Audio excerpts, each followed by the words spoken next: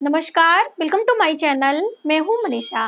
दोस्तों, आज की वीडियो में हम जानेंगे माँ दुर्गा के पांचवें स्वरूप जिसे स्कंद माता के नाम से जाना जाता है, उनकी पूजा उपासना हमें कैसे करनी चाहिए, उनके प्रिय पुष्प कौन से हैं, उनके प्रिय भोग कौन से हैं, जैसे कि माता दुर्गा के पांचवें स्वरूप की पूजा हम कर पाएं और उन्हें हम प्रसन्न कर पाएं, अपनी मनोकामनाएं पूर्ण कर पाएं। और कौन कौन से जातक ऐसे हैं जिन्हें जरूर इस दिन की पूजा उपासना करनी चाहिए और उसका पूरा पूरा लाभ लेना चाहिए। दोस्तों, ये जो 9 दिन हैं वो अपने आप में बहुत ही महत्वपूर्ण और कल्याणकारी हम मनुष्यों के लिए ये दिन और रात्रि बताए गए हैं। इन दिनों में हम कोई साधारण कर्म भी करते हैं, कोई साधारण पूजा उपासना मंत्र जप करते हैं, उसका भी अनंत गुना हमें फल प्राप्त होता है। जैसे कि इसका वर्णन हमें विशेषकर देवी भागवत पुराण में या फिर मार्कंडेय पुराण में मिलता है।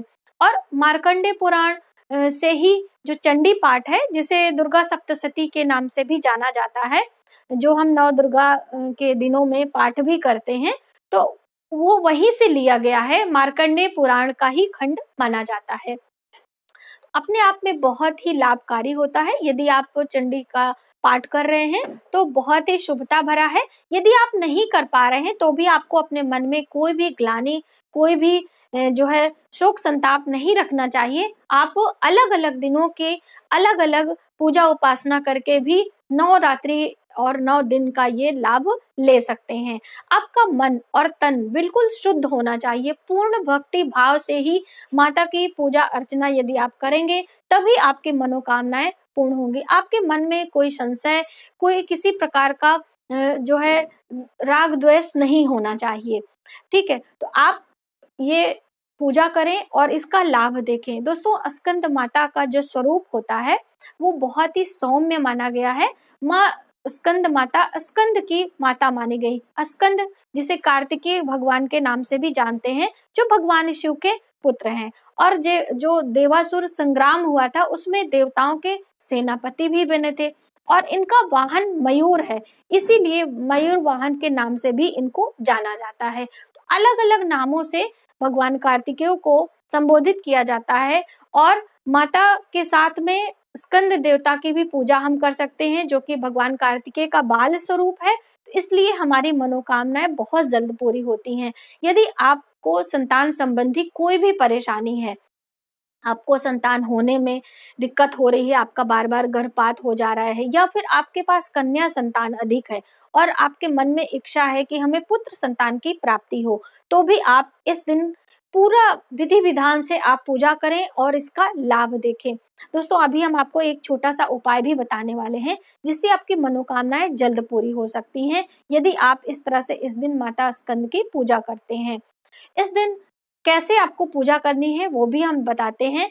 और जो हमारी वैवाहिक बहनें हैं, जिनका विवाह होने में विलंब हो रहा है या फिर उनका विवाह हो चुका है, उन्हें वैवाहिक सुख मिलने में प्राप्त देरी हो रही है, या फिर आपको कोई भी कलह क्लेश है, किसी भी प्रकार का दुख है, तो आप पूर्ण श्रद्धा भाव से माता की पूजा करें।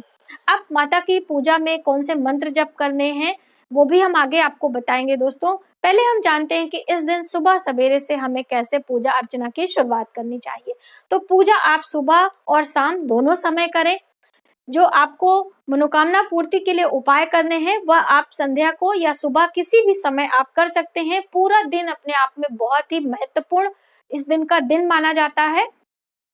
तो आपको करना क्या है, सुबह सवेरे स्नान ध्यान करके पीले रंग के वस्त्र धारण करें।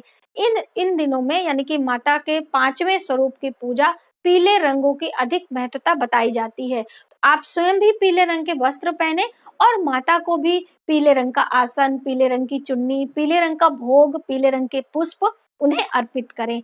तो आप पीले रंग में आप केले का भोग आप फलों में लगा सकते हैं। मिठाइयों में आप दूध से बनी मिठाइयाँ जो होती हैं उनमें थोड़ा सा केसर डाल के उनका रंग आप पीला कर सकते हैं। केसर भी अपने आप में बहुत ही शुभकारी और खुशबूदार होता है, तो माता को इनका जो खुशबू होता है वो बहुत पसंद होता है। तो आप केसर का सीधा भी भोग लगा सकते हैं और दूध में भी डाल के मिठाइयाँ आप थोड़ा सा शक्कर डाल लें और उन्हें हल्का सा घोट लें तो वो एक मिठाई के रूप में परिवर्तित हो जाती है मावा बन के, तो आप उनका भी भोग लगा सकते हैं। अब आपको पूजा कैसे करनी है, आप आसन बिछा लीजिए, उस पे बैठें। माता को भी आपने पहले से जो आसन दिया है, सामने आप भाव स्वरूप एक छोटा सा आसन पुष्पों का ही दे सकते हैं। पीले पुष्प को आप बिखेर कर रखें और उस पे आप भाव करें कि माता स्कंद की यहाँ पर विराजमान है।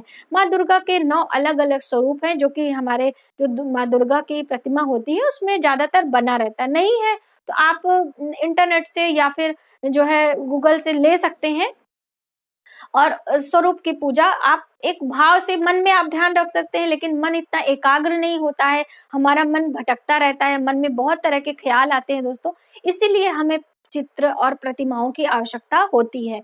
तो आप यह कर लें और अब उन्हें स्नान कराएं। पीले रंग के अक्षत यानी कि जो आपके चावल हैं उन्हें पीले रंगों से रंग लें और अक्षत का प्रयोग करें। माता को पीले रंग की चुन्नी पहनाएं, पीले रंग का चंदन, अष्टगंध का तिलक मैंने आपको दिखाया था, तो आप अष्टगंध पीले रंग का होता है उसका तिलक माता को करें और फिर पीले रंग के पुष्पों का हार और उन्हें सुसज्जित करें। उसके बाद फलों में मैंने जैसे अब तक केले का भोग उन्हें बहुत ही प्रिय है, तो केले का भोग लगाएं, पीले मिठाइयों का भोग लगाएं। उसके बाद आप माता दुर्गा के जो 5वां स्वरूप है, मंत्रों में जो मैंने आपको नवाण मंत्र बताया था उससे 9 देवियों के पूजा का हमें पाठ फल मिलता है, तो वो आप जरूर करें। और मंत्रों में जो मंत्र है हम आपको स्क्रीन पर पहले ही दे रहे हैं, पता नहीं आपने वो वीडियो अभी तक देखी है कि नहीं देखी है, तो आप ओम ऐं ह्रीं क्लीं चामुंडाय विच्चे नमः, ये पूरा मंत्र है और इस मंत्र को करने से हमें 9 देवियों के पूजा का फल मिलता है, तो ये आप करें। और या फिर आप ओम स्कंद देव्यै नमः, इस तरह से भी माता स्कंद देवी के नाम से भी मंत्रों का जप कर सकते हैं। मंत्रों का जप आप लाल चंदन की माला ले लें या फिर रुद्राक्ष की माला ले लें, दोनों में से कोई भी माला आप ले लें, इनकी पूजा करें। और देवियों के पूजन में हमें लौंग का प्रयोग जरूर करना चाहिए, तो आप माँ दुर्गा को 2 लौंग समर्पित भी कर सकते हैं। और दोस्तों अपनी विशेष मनोकामना के लिए, जैसे कि आप किसी भी मनोकामना, संतान संबंधी है या वैवाहिक संबंधी आपको कोई परेशानी है, संतान सुख में बाधा आ रही है, तो ये प्रयोग आप जरूर करें।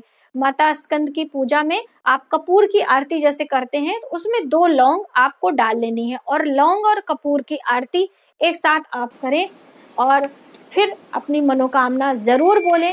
आप चाहें तो एक पीले रंग के कागज में अपनी मनोकामना लिखकर माता के चरणों में भी अर्पित कर सकते हैं।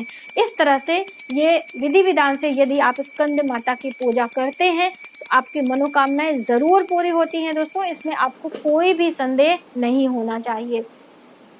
और पाठ में आप दुर्गा सप्तशती का पाठ, जिसे चंडी पाठ के नाम से जानते हैं, वो करें, या फिर आप दुर्गा चालीसा का भी पाठ कर सकते हैं, विंध्येश्वरी चालीसा का पाठ कर सकते हैं।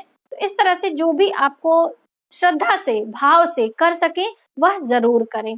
और ये जो आपने अपनी मनोकामना लिख के रखी हुई है, इसको दूसरे दिन जैसे कि नवरात्रि के 6वें दिन जब हम पूजा करेंगे, तो ये आप हटा के जल प्रवाह कर लें।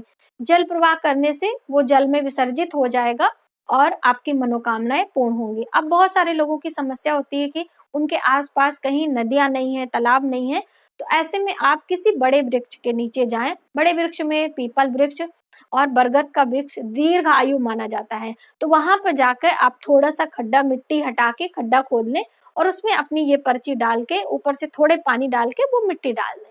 तो आप इस तरह भी करके ये अपने जल प्रवाहित वाले चीजों को कर सकते हैं। और बहुत सारे लोग ये पूछते हैं कि हमें पूजा उपासना सुबह करनी चाहिए कि शाम, तो दोस्तों आप सुबह भी करें, शाम भी करें। सुबह भी पूजा अर्चना करते समय आप पुष्प, भोग, आरती करें, शाम को भी पूजा अर्चना करते समय आप नए पुष्प और भोग आरती करें, और जो सुबह आपने पुष्प वगैरह हटाए लिए हैं, चढ़ाए हैं, उसको हटा के अलग रख लें। तो इस तरह से यदि हम पूर्ण श्रद्धा भाव से माँ की अर्चना करते हैं, वंदना करते हैं, तो हमारी मनोकामनाएं जल्द पूर्ण होती हैं। तो आपने जाना कि माता स्कंद माता की पूजा हमें कैसे करनी है और मनोकामना पूर्ति के लिए क्या उपाय करना है। तो आज की वीडियो में बस इतना ही। यदि हमारी जानकारी आपको थोड़ी सी भी हेल्पफुल लगे तो प्लीज हमारी वीडियो को लाइक करें, शेयर करें, सब्सक्राइब जरूर करें नई वीडियोस के लिए। मिलते हैं एक नई वीडियो में, तब तक आप अपना ख्याल रखें। माता रानी आपकी सभी मनोकामनाएं पूर्ण करें। जय माता दी।